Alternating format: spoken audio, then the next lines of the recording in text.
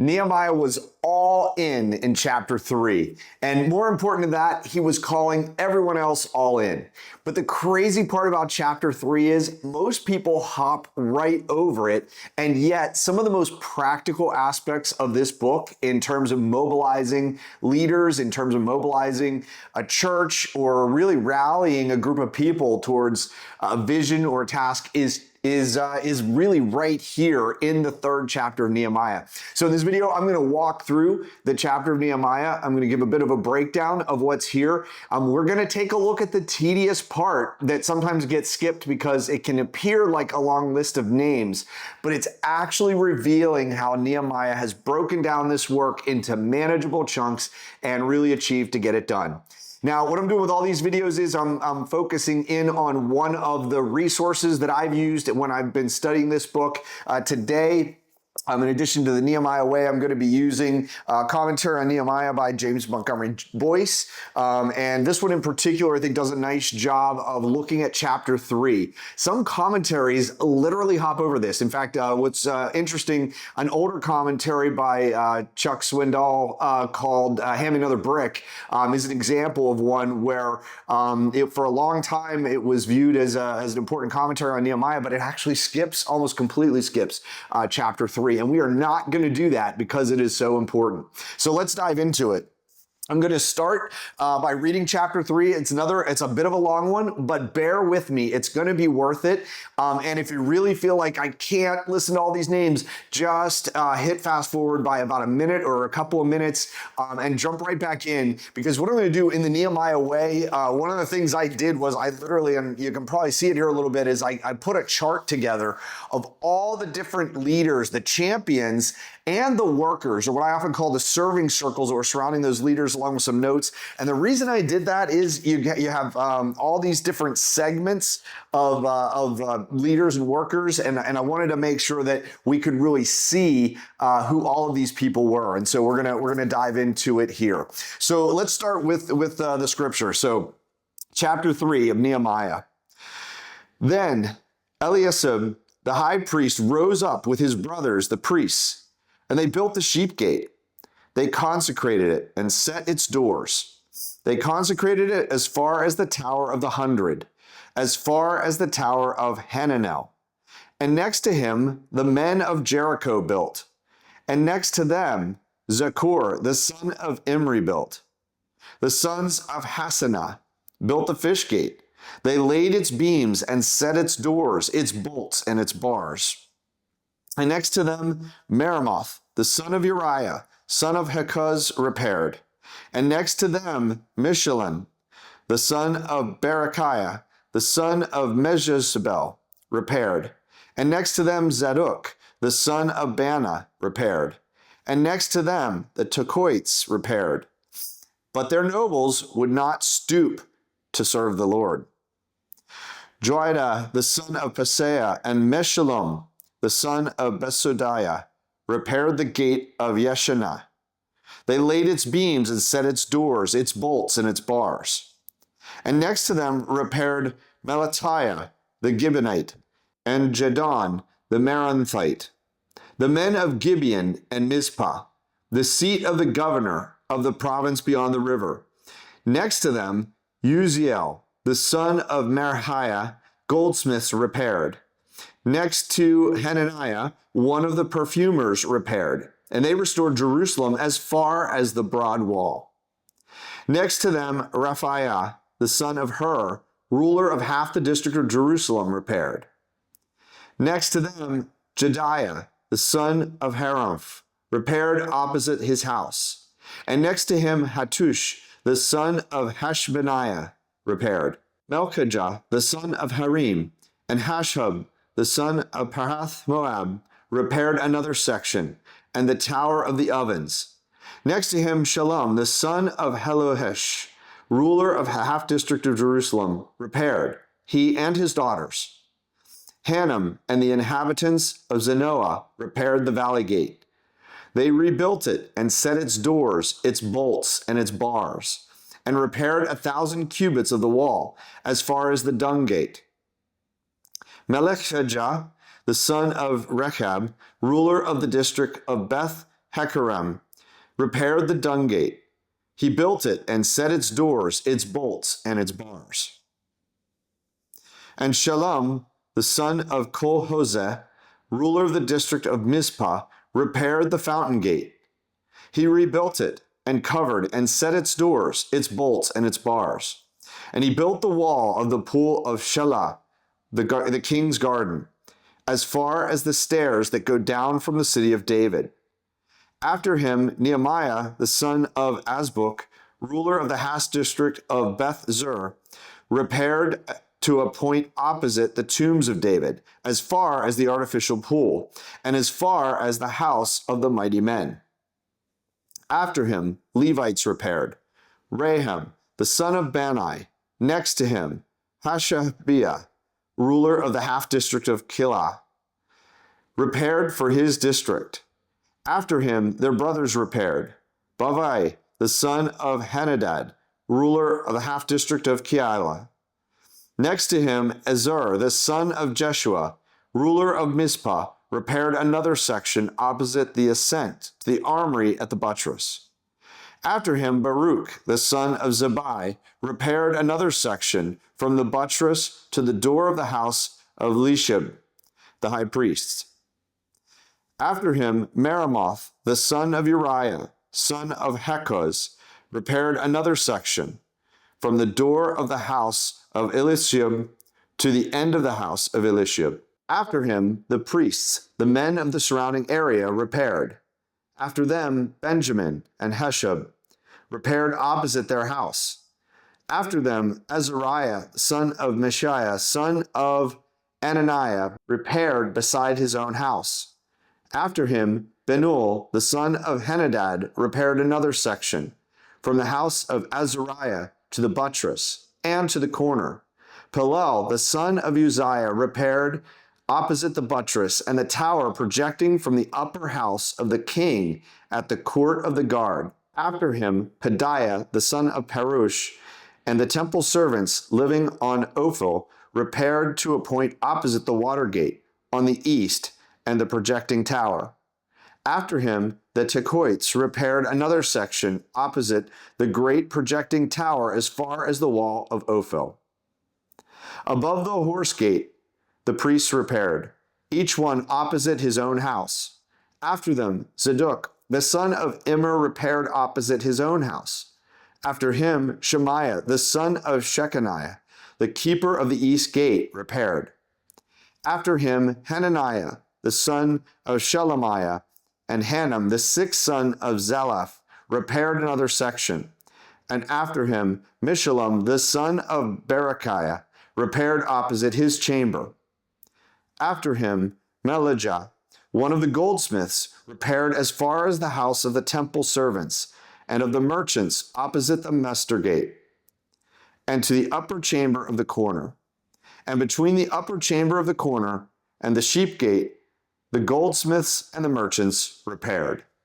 If you stayed with me through all that, congratulations, well done, and I appreciate your patience as I wrestle through some names that I am probably not pronouncing very well. But as I said, chapter 3 is so important. There is so much here to unpack, and we've got to jump in and take a look. So one of the things that's revealed here is the way that Nehemiah structured the work.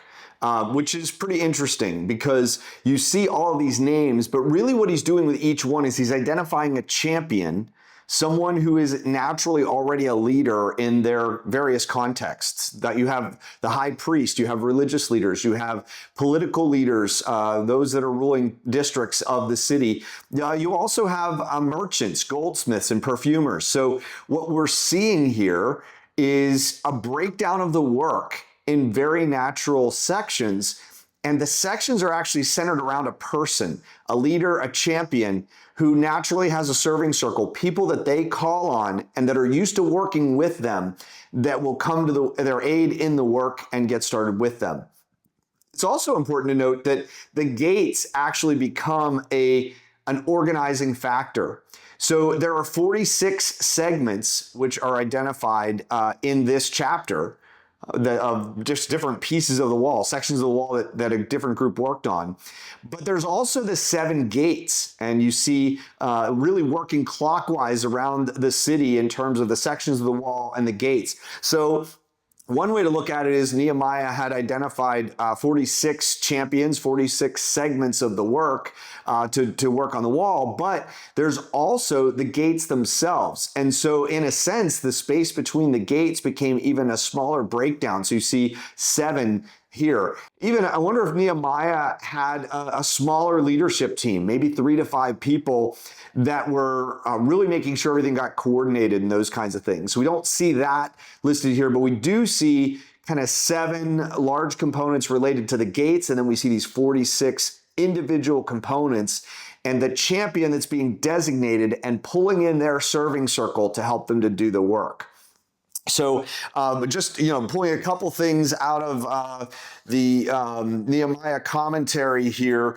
This chapter is easy to analyze. It's constructed around 7 gates of the city, moving in a counterclockwise direction, beginning with the sheep gate on the north side of the city next to the temple enclosure and eventually returning to it.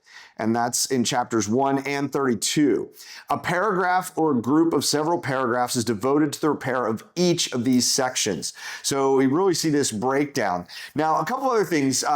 The commentator here is talking about a motivator and a task specialist. So Nehemiah is motivating the work, but he's also specializing in the work, and talks about 4 dynamics of a leader, 4 dynamics of an effective leader. And the first is the relationship between the leader and God, and we've seen that very clearly in chapters 1 and 2. The second dynamic is the relationship of the leader with his earthly superior or superiors, and we saw that in week 2, where Nehemiah presented his pitch deck to King Artaxerxes. If you haven't watched that video, go back and check it out. What I do is walk through how Nehemiah pitched this project, much like a modern entrepreneur might pitch for capital or permission to do a project.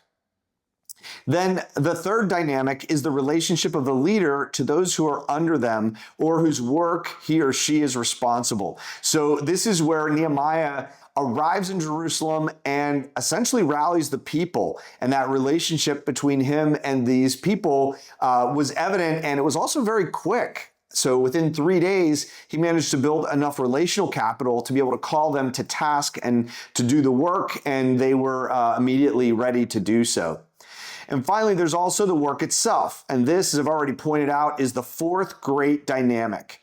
To put this in modern management jargon, Nehemiah needed not only to be a motivator, but a task specialist as well. The task specialist is the one who gets the work done. And that's what we see here. He's breaking the work down into small sections, manageable sections, as this commentator describes it, and then to each a task, really assigning a specific task or set of tasks to each one of those individuals, and then a coordinated effort. So coordinating these efforts together.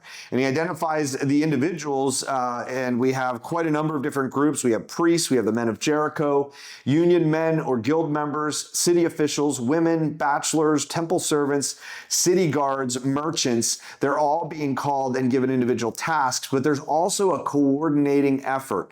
So there's really a connecting of all the work that each of them are doing.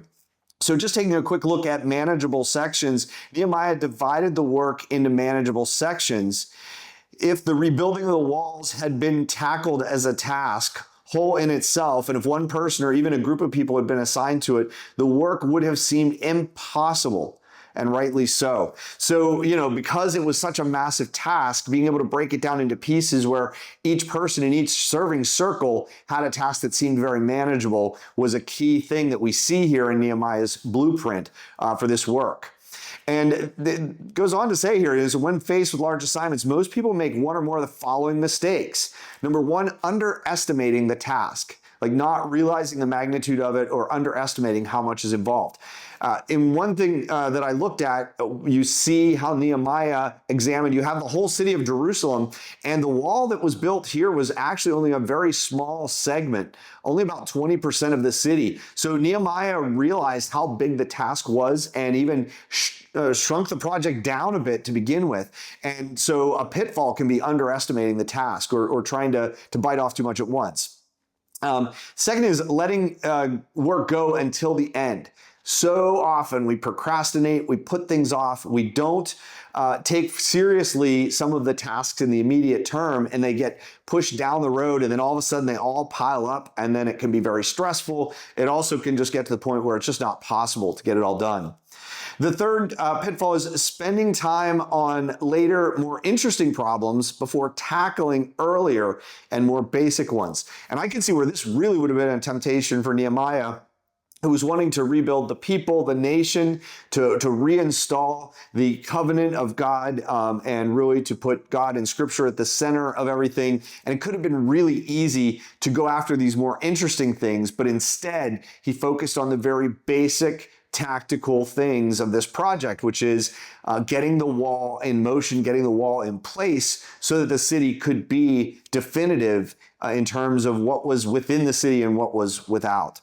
The fourth pitfall is trying to do too many things at once. In a lot of ways, it seems like a lot was happening at one time here in this particular case, but really these 46 segments of the wall were each assigned to a person, a small group, a serving circle, if you will, and they were assigned to do what was a very manageable task for a group of people of that size, because it had been really broken down into those pieces. And then the coordinated effort, and we'll see this in coming chapters, Nehemiah didn't try to build the entire wall at once. He actually broke it into two phases. The first phase was get it to 4 feet tall.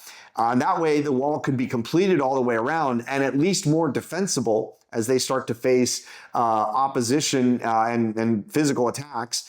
But it also probably gave the opportunity to catch up some of the groups that were lagging behind a bit, or those that were moving ahead faster with the ability to redeploy and finish the first phase of the project before they dove into the second one. We'll look at that in future chapters.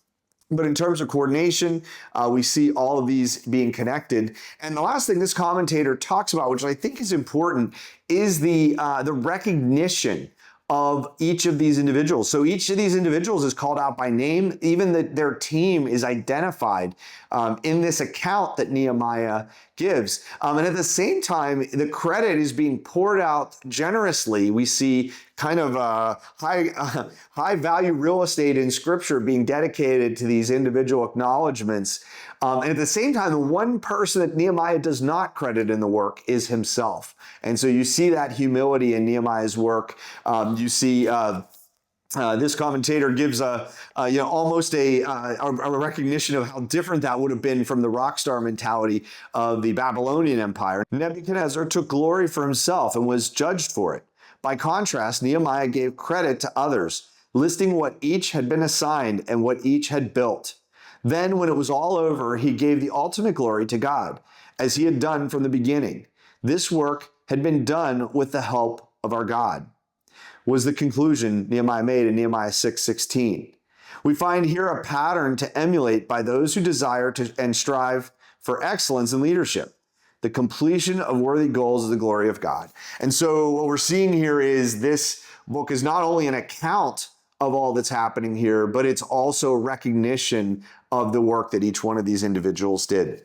And so if you're looking for a breakdown of each of these, and I won't try to go through each one of them in this video, but again, page 107 here, there's a table in the Nehemiah way that walks through and breaks down each one.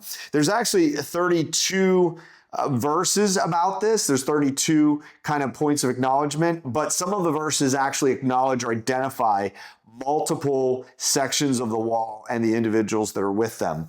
But in particular, you see things like the high priest is right on top of things. So they're right in the mix. Some of the sections you see, they don't have a leader mentioned, but a group of people, the men of Jericho and Zakar, 2 sections there, sons of Hesanah, don't have a leader mentioned, but they have the groups, the individuals. So certainly there would be a leader in that case. Section 4, you have Meremoth, the son of Uriah, son of Hakaz. So you're even kind of getting a pretty clear recognition of what family these individuals are for. And it doesn't, in this case, some of these, like that's a good example, one where they don't actually mention who the team was, but you can see the familial connections there. And some of them were called out as repairing the wall rather than building it. So it points to the fact that there were rejuvenation efforts going on. Some of these sections of the walls were not completely gone, whereas others were, and they were just piles of rock and rubble. And so you can see where some of the groups probably didn't have as much work to do building from scratch, but maybe were instead doing a greater distance of wall, but having less to do. And so you see example after example. You see early on there's the call out of one of the group, next to them, the Tekoites repaired, but their nobles would not stoop to serve their Lord. So in verse 5 of chapter 3, you see Nehemiah not only celebrating the work that some did, but calling out those who really felt like the work was beneath them.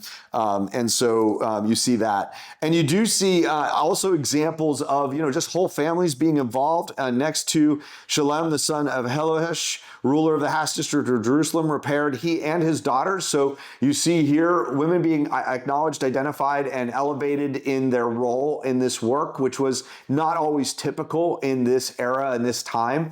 You see the sense that it's all hands on deck, but also the sense that there's really no restriction in God's economy here for all to be all in, even if it runs somewhat counter to the culture of the time. So these are just, some examples. We see religious leaders, we see merchants, so we see goldsmiths, we see perfumers, so we see those that are involved in commerce, and that's where you find you have leaders. They could be owners of businesses or managers or overseers of businesses, and so they naturally have teams that are used to working for them and with them that they could call in to do the work. And so you see all these different types of groups that were organized and really mobilizing those that were already in place, but getting them started and really contributing to the work. So these are just some of the things that really stand out to me as I read through this. You see a couple of rulers of half districts within the city. So one thing, it can be tempting to view this time period as just chaos and anarchy, like there's people living there, but there's just no order.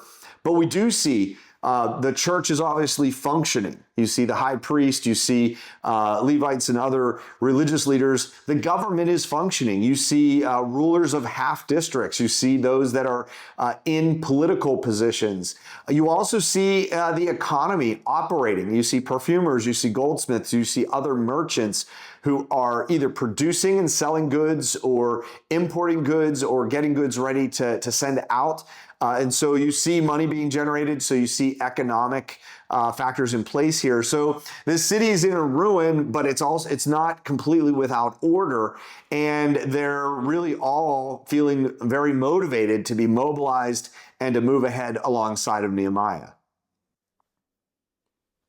So what do we take from this in terms of mobilizing volunteer leaders in the church or mobilizing a church full of leaders?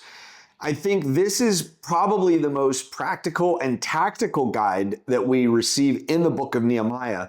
And as I've mentioned, it's ironic that it often is ignored. But we see Nehemiah identifying during his early time upon arrival in chapter 2, obviously interacting and finding out who are the individuals who can take up charge of the work as champions and the ability they have to draw others in. So that's first just assessing who's here, who already is naturally a champion or leader, and what are the natural serving circles around them. He identified 46 segments of the wall. So I would think that would be a function of his inspection of the wall from the inside. He spent 3 days in the city, so likely moved around and viewed the inside of the walls. But he also had his midnight ride. He got on some kind of a horse or animal, took a few people with him, and went around by night and inspected the walls from the outside. So we have a pretty good view of how he assessed the situation in terms of the task and the people. And then when he organized the people, he had very clear definition of what section they were going to work on. And so as we see this scripture, you see every section of the wall accounted for. It's going around full circle in this counterclockwise motion around the city back to the place that it began. So there was no section of the wall that wasn't accounted for, identified, and really placed in the care of a champion who had a group of people who could come around them and do work. We also see that it's close to their homes, so they're being assigned work where they're not having to have a lot of transit to get to work. They're going to work close to where they are and where they have the most vested interest. Over time, they'll be able to look at that portion of the wall and say, our family built that, or our team built that, our group built that. And it's right there where they have just logistically close connection to it as well. And later we'll see it's also important because it left them in a position to be able to continue the work and still feel like they were in a position to defend themselves and their families and their homes when there were attacks coming in from the outside. So once the communication takes place, that coordination of these, we start to see where Nehemiah is fitting the whole project together. He's really making sure all these pieces are done, and he's specifically calling out the gates, which become the linking points between all of these segments of the wall. And there's an opportunity for the groups that are moving along a little bit faster, maybe more skilled, maybe have a little bit larger serving circles, to redeploy and help others in the first phase of the project. And then really arranging the work in terms of motivation and convenience. So some of the takeaways we can have here is having a really clear picture of who in the church represent those that have leadership skills, ideally those that are already leading in some context. And just because someone doesn't have a leadership role at work, they're not a supervisor, manager, director, executive, that doesn't mean that they don't have a lot of experience as a leader, either within the church, within the community, maybe with other civic organizations, or even within their families. Parents often, would be those that are in leadership roles that maybe aren't formal, but at the same time, they're going to be able to employ a lot of those same skills and experiences to be effective leaders. So having an assessment of each member of a church, and just in terms of, is this person already displaying leadership and involved in leadership in some way? Does this person already champion a cause that is important that we could really draw them in to do more as a leader? And do they have a natural followership? Do they already have a circle of people that will pick up and jump in and help them if they ask? And that serving circle can be really a point of strength. The next thing is looking at the task itself and breaking it down into manageable pieces. Sometimes the most difficult tasks can be broken down into very small pieces in ways that it's not a big heavy lift for everyone. But even taking a step back and simplifying the project to begin with, making the scope smaller makes it more attainable and more achievable.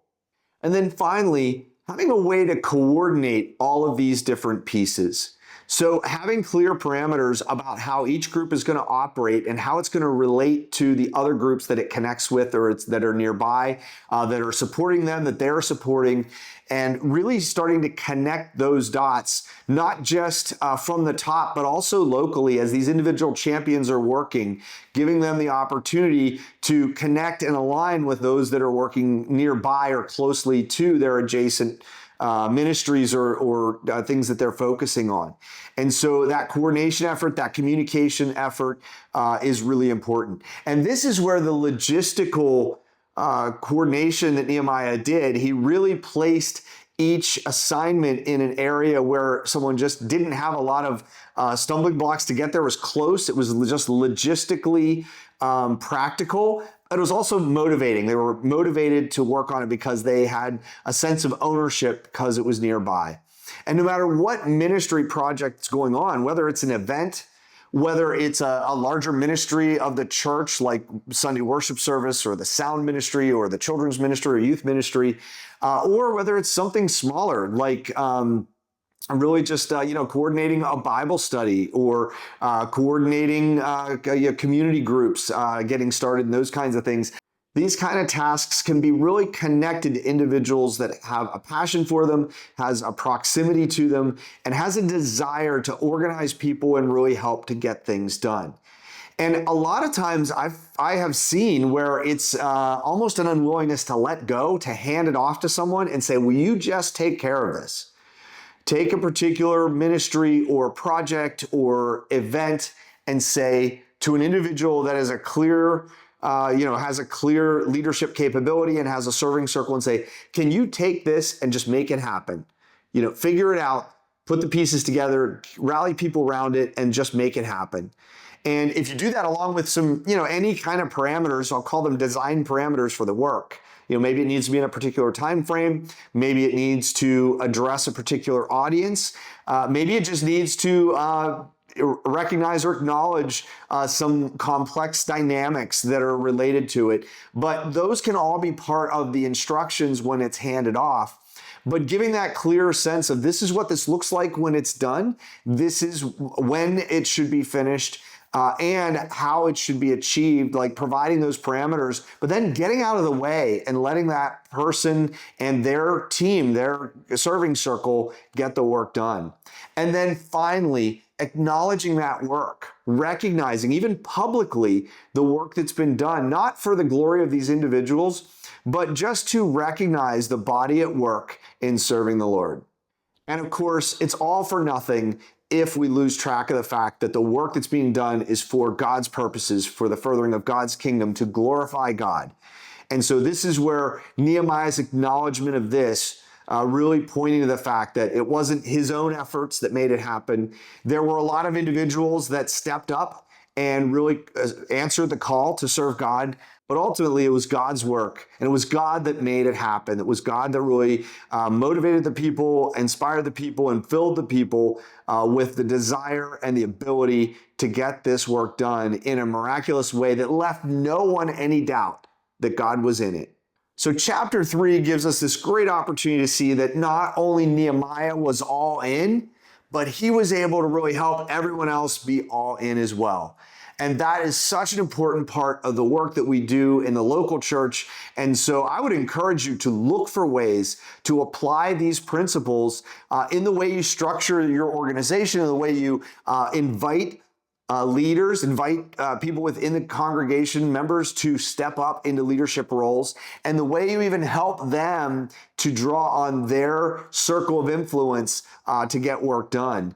Providing manageable sections of work for each person and group, and really coordinating those efforts through those that are involved in the larger ministry itself, and ultimately celebrating those successes, celebrating those who are obedient to God and answering the call.